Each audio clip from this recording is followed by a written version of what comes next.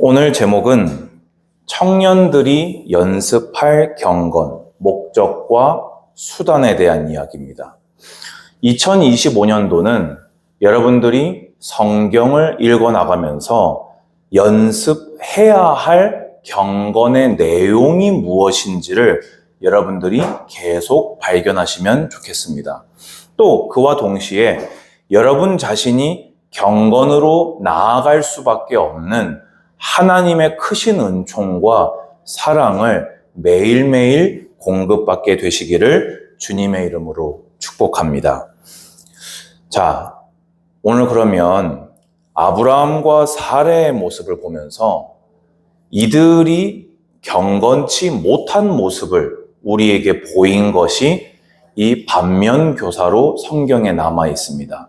그러면 여러분들은 오늘 아브라함과 이 사라의 실수를 보면서, 실수가 아니죠, 잘못을 보면서 내가 2025년도에는 어떻게 변화되어야 할 것인지, 또 나에게 있는 베어내어야 될 부분이 무엇인지를 정확하게 발견하는 그런 예배 되기를 바랍니다.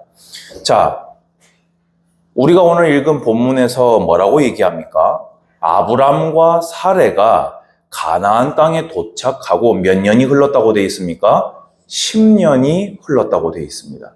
아브라함이 몇 세 때 가나안 땅에 왔습니까? 75세에 왔습니다. 그러면 지금 나이는 85세, 사레의 나이는 75세가 된 겁니다.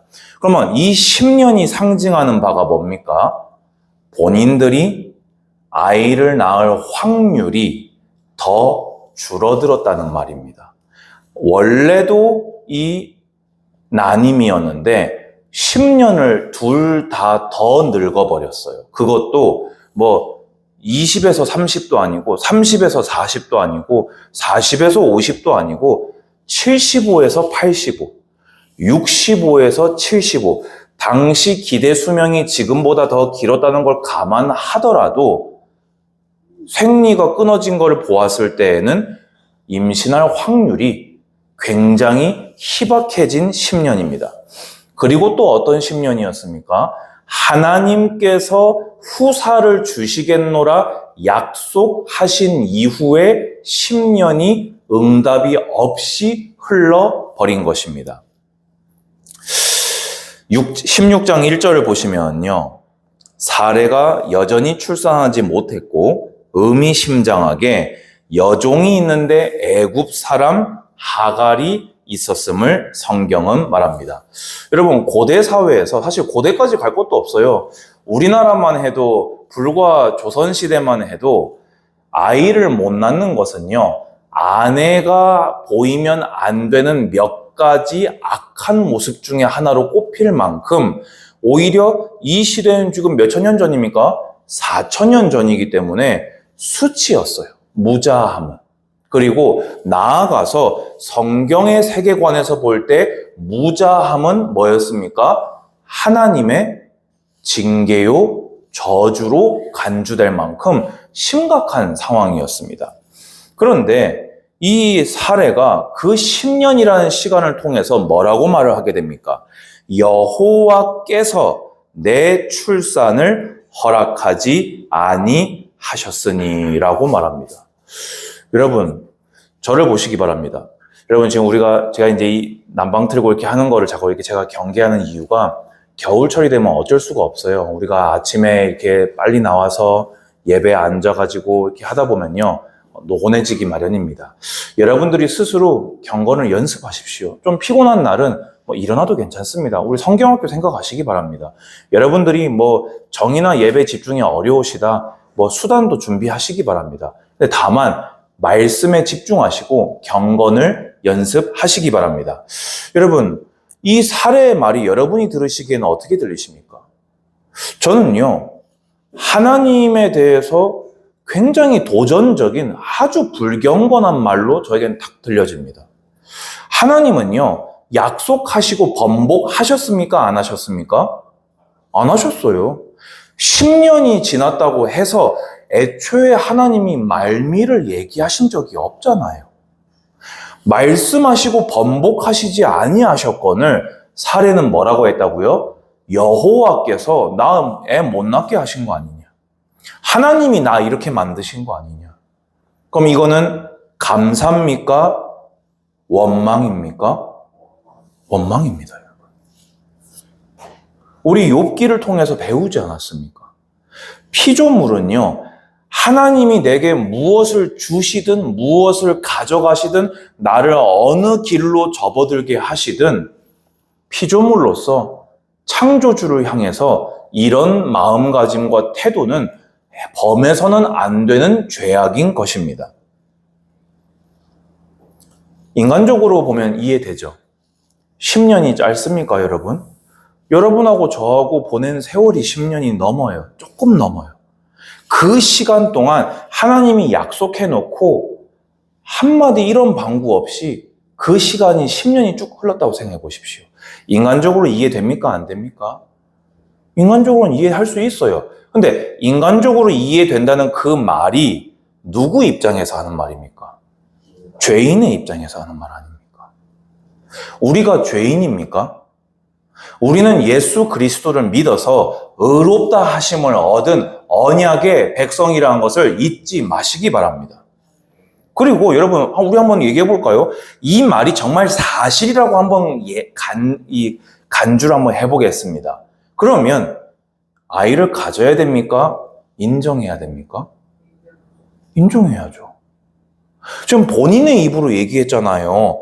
여호와께서 허락을 안 했다고요. 그러면 하나님이 허락 안 한 거를 가지려고 하면 됩니까? 안 됩니까? 안 됩니다. 여러분, 우리 이제요, 믿음을요, 뜯어 고쳐야 됩니다. 그래도 인간적으로 볼 때는 우리는 자꾸만 이런 말을 하면서요, 불경건의 그 길을요, 문을요, 항상 뒷문을 스스로에게 열어놓았다니까요. 그래 놓고는 내가 그 문으로 나가면은, 뭐 열려있길래 나왔다는 식으로 그냥 이렇게. 너라고 배울 수 있겠냐고. 뭐 내 상황을 보라고 지금 이렇게 어쩔 수 없지 않겠냐고. 애가 안 나온 지가 10년이 지났는데, 뭐 하나님은 뭐 아무 뭐 말도 없고, 뭐 나도 어쩔 수 없지 않겠냐고. 근데 여러분, 정말 허락하지 아니하신다면 아멘 하시고 찬양하시기 바랍니다. 그것이 여러분들이 연습할 경건입니다. 그런데 안타깝게도 사라는요, 하나님을 탓하면서 자신이 정한 그 목적. 사실요, 여기서 오늘 조금 제가 이 시간을 제가 지금 자꾸 단축하려고 하기 때문에 많은 설명하기가 참 어렵습니다. 근데 여러분 잘 들으시기 바랍니다. 우리는요, 때로는 하나님을 위한 목적이다 하면서 수단을 하나님이 기뻐하시지 않는 수단을 사용할 때가 많았습니다. 목적만 하나님의 영광이면 수단은 아무래도 좋다는, 그리고 그 목적이 달성됐으면 봐라, 하나님이 하신 거 아니냐. 우리 이 태도 압니까? 모릅니까? 우리 잘 압니다. 우리는 이제 이것을 배워내야 합니다. 그게 사라가 했던 내 여종에게 들어가라입니다. 여러분, 이 수단이 하나님과 맞아요? 안 맞아요? 창세기 2장 24절에 남자가 부모를 떠나 그의 아내와 합하여 뭐라고요? 둘이 한 몸을 이룰지로다. 하나님은 셋이 한 몸 이루랬습니까? 넷이 하랬습니까? 다섯이 하랬습니까? 둘이 한 몸을 이루라고 했습니다. 이게 하나님이 제정하신 가정 제도입니다. 아멘 하시기 바랍니다. 그런데 목적이 섰어요. 무자는 안 된다. 목적이 섰어요. 하나님이 애 준다고 했는데 하나님이 안 주고 있는 거 아니냐. 그러면 하나님의 언약이 이루어지려면 일단 애는 낳아야 되는 거 아니냐. 그러니까 하갈에게 들어가라.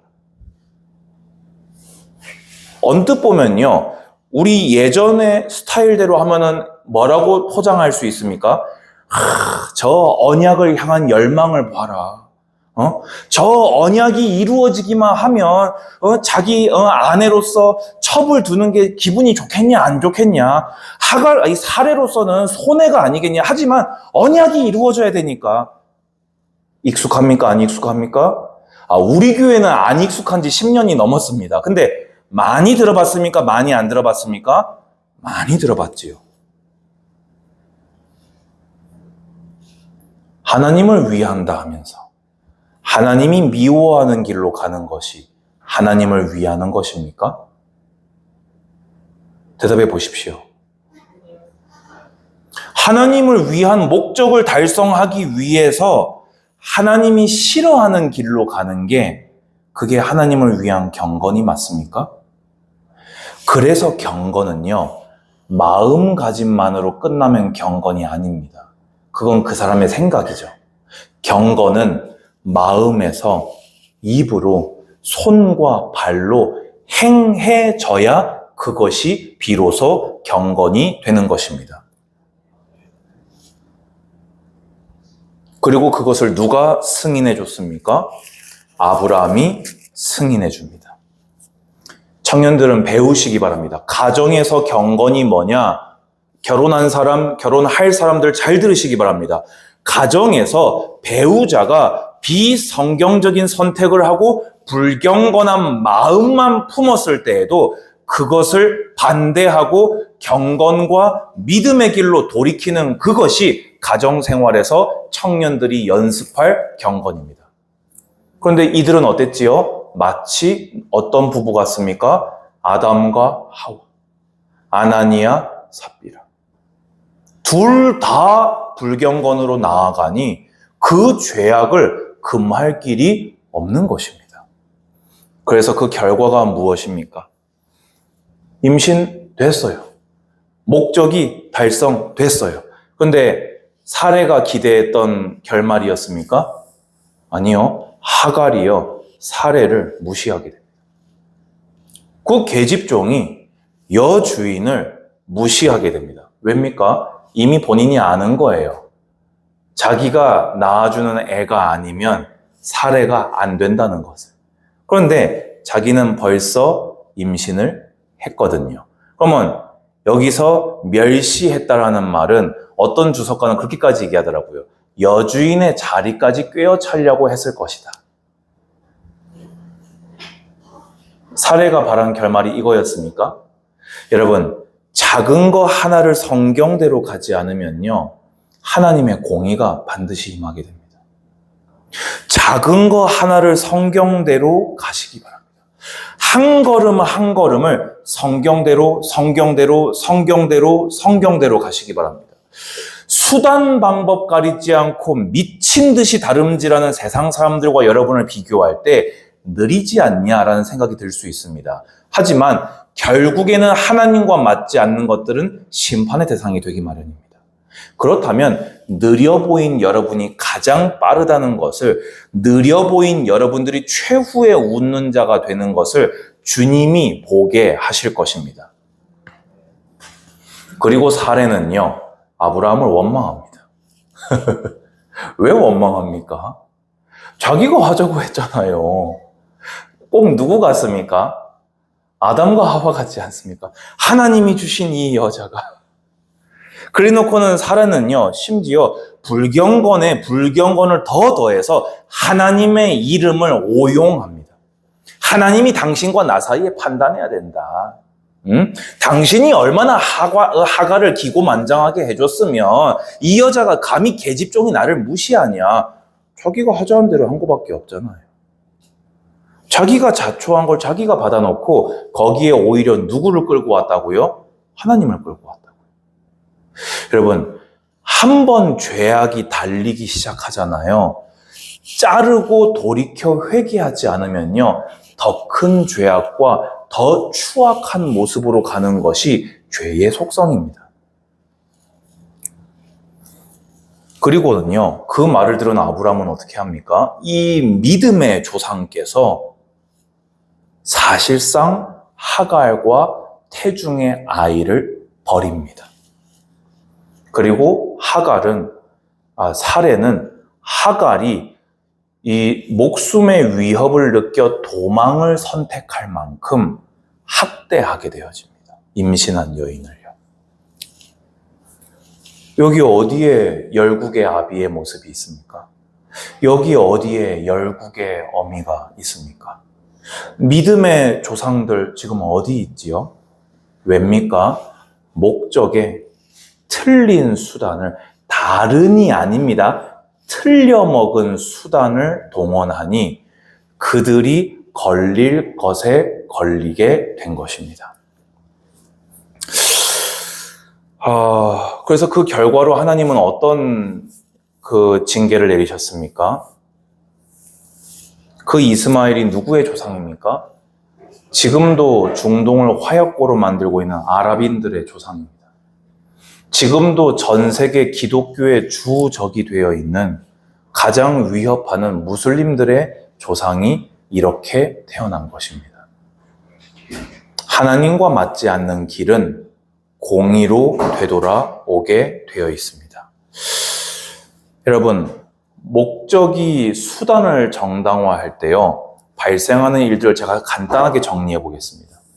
하나님을 위한다 하면서요, 하나님과 결국에는 반대로 가게 됩니다. 기억하십시오. 두 번째, 목적이 가장 우선시 되기 때문에 그 목적을 이끌고 나가는, 목적을 달성시키는 인물에게 죄악이 집중되고 권력이 집중되고 모든 죄악을 정당화시키게 됩니다. 그래도 그 사람이 그걸 하고 있잖아. 그분이 아니면 어떻게 그 일을 하겠어? 모든 것을 정당화시켜주게 됩니다. 세 번째, 정말 무서운 거 말씀드립니다. 그 목적을 향해서 가는 분위기만 형성이 되어도 이제는 수단이 아닌 죄악도 덮고 인정하는 분위기로 갑니다. 이해되십니까? 이 말이 지금요. 처음에는 그 정도는 아니었단 말이에요. 그런데 목적 중심이 돼버렸을 때, 수단이 목적이 아니게 되었을 때, 목적만 이루어지면 모든 걸 정당하다 하게 된다는 겁니다. 나중에는 전체적으로 목적만 잘 가는 분위기만 나오면 수단이 아예 아닌 그냥 추악한 욕망으로 저질러진 죄악까지도 괜찮아.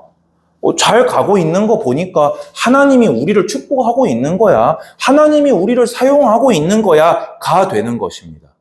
이거는 국가에도, 정치에도, 종교에도 역사 속에 계속 반복되어 온 인간의 죄악입니다. 절대로 하나님이 기뻐하시는 모습이 아닙니다. 그렇게 변해버린 곳을 교회라 부를 수 있겠습니까?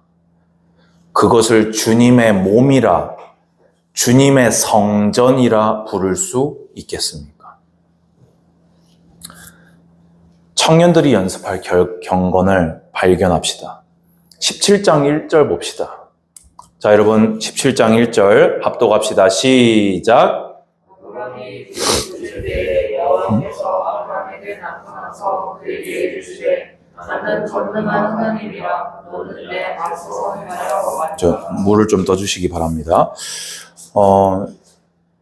이 아브라함이 이 실수를 범하고요, 하나님께서 13년 동안 계시가 없으십니다.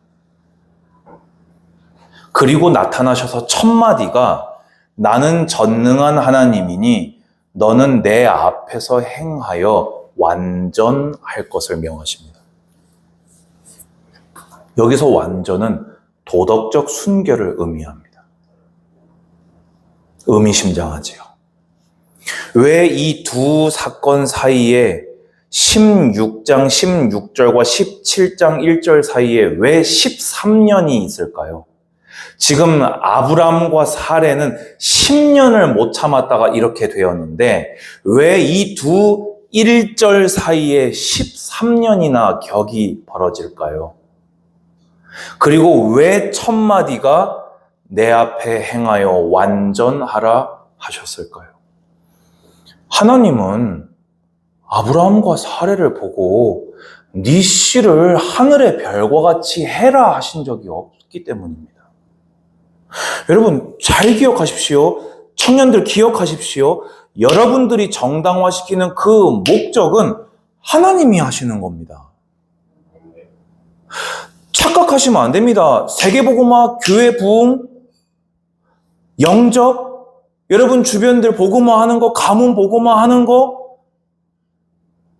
여러분이 하는 게 아니라 주님이 하시는 겁니다. 원래가요. 주님이 원래가 하시겠다고 약속하신 겁니다. 그거를 왜 내가 죄악된 수단까지 동원하여서 내가 왜 해야 되는 겁니까?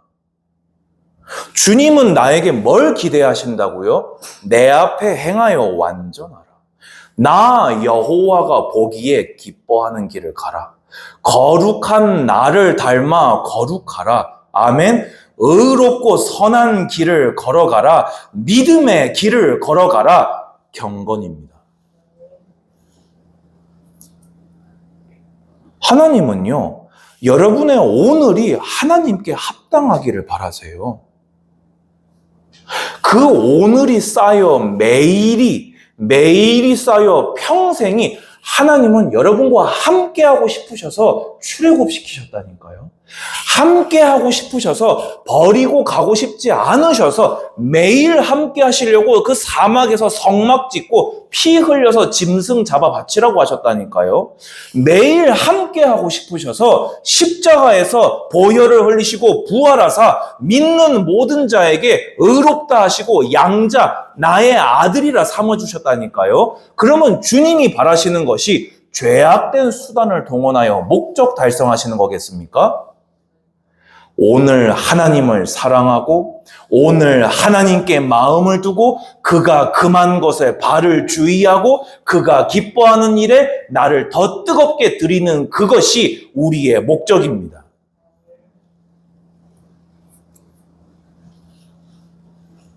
아브라함과 사레 그리고 청년들에게는요, 믿음의 인내가 필요했어요.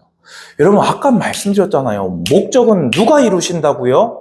하나님이요. 그러면 하나님이 이루실 때까지 우리는 뭐 해야 된다고요? 믿음의 인내요. 하나님이 말씀하셨다. 내 평생에 응답하실 것이다. 내 평생에 안 해주시면 내가 죽고 나서라도 응답하실 것이다.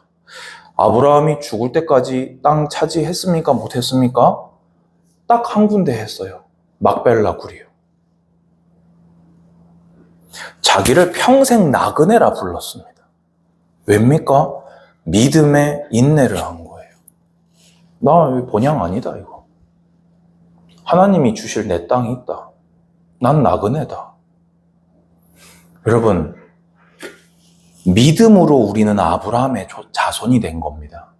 우리는 혈통으로 외인입니다. 근데 우리가 아브라함의 자손이 되었어요. 뭐로요? 아브라함이 가졌던 믿음으로. 믿을 수 없을 때 보였던 믿음을 하나님은 의롭다 하십니다.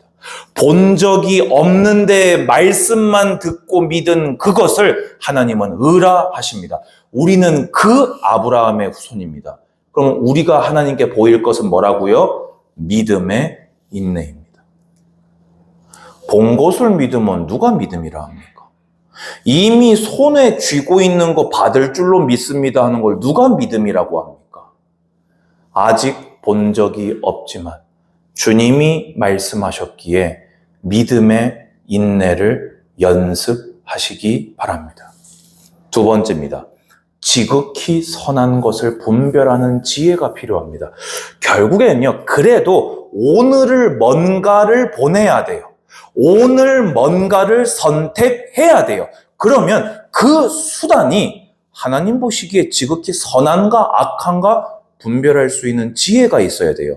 여러분 이것을요, 그냥 살던 대로 살지 마십시오. 2025년 연습하며 사십시오. 뭘요? 이게 하나님이 기뻐하는 방법인가? 내가 지금 이것을 하는 것이 하나님의 기쁨인가? 내가 지금 이것을 하는 것이 하나님 볼 때 미움인가?